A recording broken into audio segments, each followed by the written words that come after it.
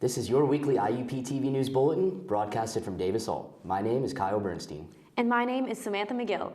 We will bring you stories that are relevant to IUP and the Indiana community. Let's begin with local news. IUP has named 2 new members to the Board of Trustees this week. Albert Chayka, who received the Distinguished Alumni Award in 2006, was the first to be named, and Jennifer Baker. Jennifer will succeed a former long-sitting member of the board whose term has expired. 2 other members are awaiting renomination approval from the State Senate Board. The unemployment rate in Indiana County took a jump from 5.8% to 6.3% in the final month of 2019.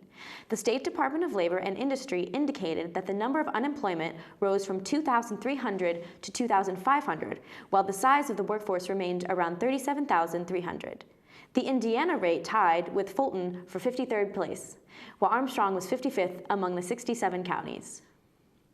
Doctors at the Indiana Regional Medical Center's urgent care operations said the flu does make this month a busy time of the year. While there has been rising concern about coronaviruses nationwide, the Pennsylvania Department of Health said none of the 11 confirmed cases reported in the United States has occurred in Pennsylvania. On the other hand, influenza is still a large problem in this state. More news about the coronavirus. IUP follows the U.S. Department of State travel advisory for China. This would mean no students, employees, or any members of the IUP community are allowed to travel to China on university business. IUP does not have any reported or confirmed cases of the 2019 coronavirus at this time. President Trump has just been acquitted on both charges of abuse of power as well as obstruction. This ends a week-long trial by the Senate where deliberations occurred for upwards of 12 hours a day. President Trump will now refocus his efforts on the re-election trail. Amid the Iowa caucus, the Democratic Party has released an app to help the election remain technologically secure. Unfortunately, there were issues with the application resulting in delays. An independent third party tested the app, but they have not released much information about it for security reasons. Now on to international news. The first patients have arrived early this week to a new hospital in Wuhan, China.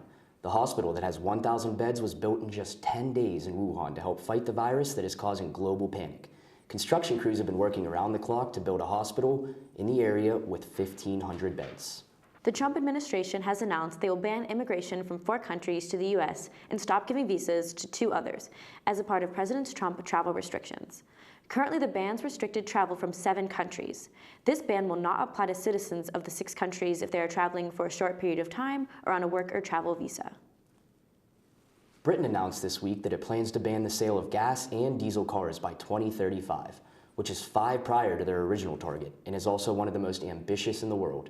This announcement also went along with the country's plans for the United Nations Climate Summit, known as COP26, which is planned to be held this November in Glasgow.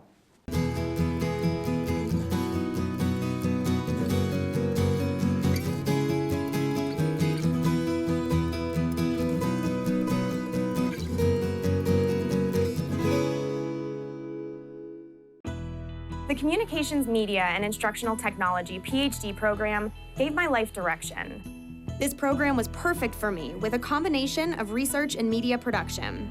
Hands-on courses gave me skills that I now pass on to my students. I use all 3 areas of the program, production, theory, and research, every day in my job as a college professor. Learn how the CMIT PhD program can change your life. Visit iup.edu/CMIT. If you have a chance to go around IUP's campus, you might notice that there are a few changes. More cameras and signs are located in public places as a way to rebrand IUP's campus. Kyler Himes has his story. If you have spent time on campus this semester, you may have noticed a key difference in the appearance of the Oak Grove. Are the banners new? Is the logo a bit different? Exactly how aware of the changes are the students? I like the banners. I'm from Latrobe and we have the banners in our hometown along the streets, so it gives me more of a homey feeling.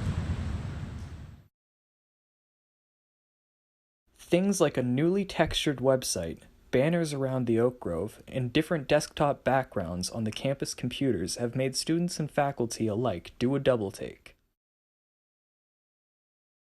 IUP has spent the summer preparing for a total rebrand sporting a new look for university communications starting this semester. Ronald Mabon, the Director of Design and Marketing for the Office of Marketing and Communications, is involved in most of the new designs. Everything changes over time, whether you're a corporation, whether you're a university or an organization. The rebrand is an attempt at combating the ongoing enrollment issue at IUP and is a result of partnering with a massive marketing company that also works with brands like Nike, Mercedes-Benz, and the Philadelphia Eagles. But do students know anything about this company? Now that I think about it, the new logo does look pretty cool. I haven't really checked out the other banners around here, but now that I know that they're the ones who helped make it, I'll probably check them out. Despite having such a noteworthy partner, many students still are unaware that a rebrand has even occurred. But as time goes on, the university will continue to roll out more new designs. IUP's basketball team is 9th in the nation. Once again, our fellow students had a chance to cover the sports events. Recently, our women's basketball team faced off against Seton Hill. Tristan Borland has a recap of the game. Here's the story. History was made at the KCAC whenever Seton Hill University came to town. The 5th-ranked Crimson Hawks came out roaring in the first quarter, scoring 20 points while Seton Hill only scored 17. The Crimson Hawks never looked back after that, winning the game with a final score of 81-50. This victory broke the program record set back in 2000, where Coach Sandy Thomas's 1999-2000 Crimson Hawks had 16 wins in a row. And that has stood the test of time until Coach Tom McConnell broke it with 17 wins in a row so far this season. Sophomore Courtney Alexander continued being a lights-out three-point shooter, as she was 5 of 6 outside the three-point arc. Junior Natalie Myers was nearly perfect with 6 of 10 from 3. With players like Myers and Alexander, it's very possible that the Crimson Hawks will extend their win streak this season. Right after our women's basketball game against Seton Hill, it was time for our men's team to face off against them. Elliot Hicks has the recap for that game.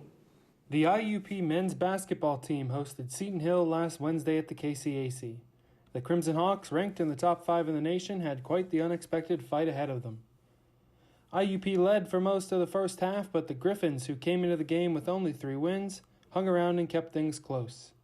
Malik Miller, Armani Foster, and Dave Morris all made impressive shots in the game's opening half. It's going to be interesting to see if that spark does come.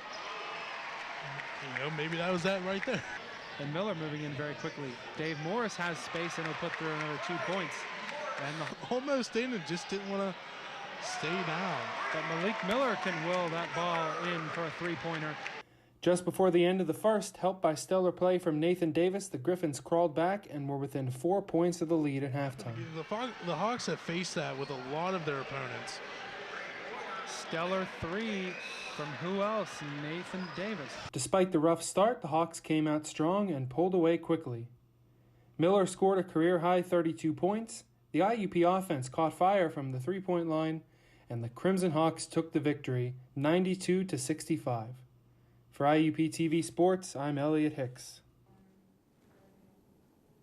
Besides covering the games, the team had a chance to interview the players. Our reporter, Jackie Gillis, interviewed the women's basketball team all-time winning coach, Tom McConnell. Here is the story.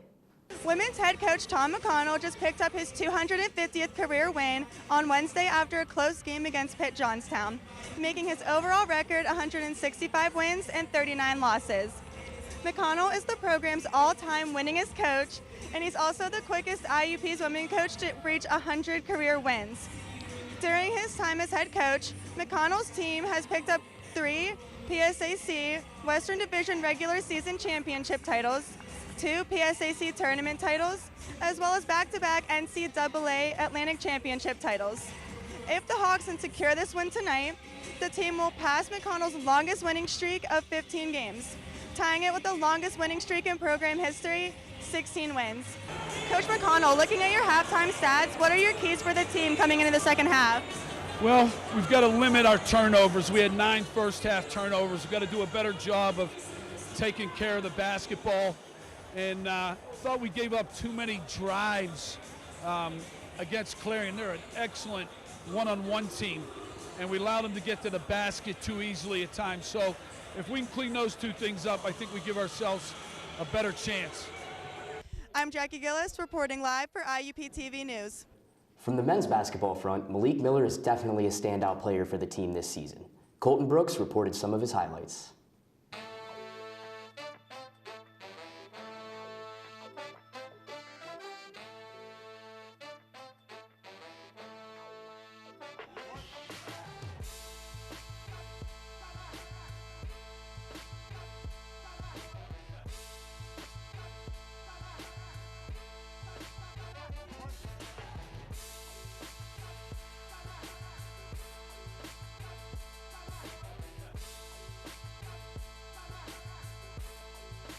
Well, you just always got to focus on moving on to the next play. You can't worry about what happened, play before that.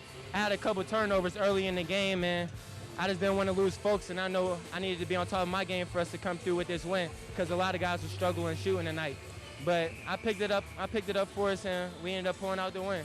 And we just all played together, worked hard. We knew it was defense that was going to have to win us this game and rebounding.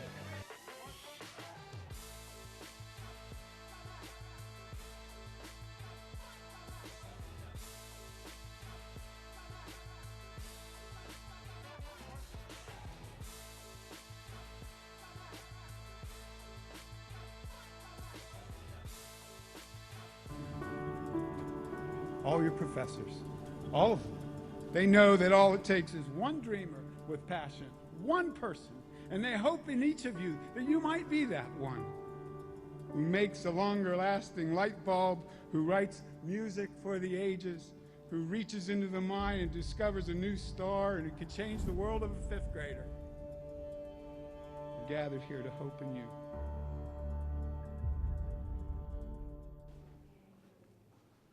This semester, we have added a new segment in our weekly news program. With the weather, here is Graham Drumgoole. Hello, my name is Graham Drumgoole, and this is your weekly weather update. Tonight, there will be periods of rain, some being heavy. There's a high of 57 and a low of 32. Tomorrow morning will be much colder with a couple of snow showers, with a high of 35 and a low of 21. The evening will have low clouds and a high of 35 with a low of 21.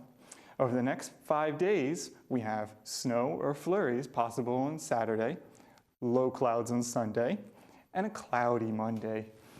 Tuesday will be cloudy with a chance of rain, and Wednesday will round out the week with the possibility of early morning showers. This has been Graham Drumgoole with your weekly weather update, and back to you, Sam and Kyle. IUP's Haven Project is hosting a presentation on Tuesday, February 11th covering stalking tendencies and safety tips. Their recent programming comes amidst National Stalking Awareness Month. Representatives from the Alice Paul House, University Police, and State Police will also be present for statements and questions. It will take place in the Hub Allegheny Room from 6 to 7 p.m. IUP's Honor Theater Fraternity Alpha Psi Omega is hosting a Black History Month event that will take place this Saturday, February 8th from 6 to 9:30 p.m. in Waller Hall. That's all the news that we have for this week. Next week, we'll bring stories related to Black History Month as well as events around town. Reporting for IUP-TV News, my name is Kyle Bernstein. And my name is Samantha McGill. We'll see you next week, Indiana.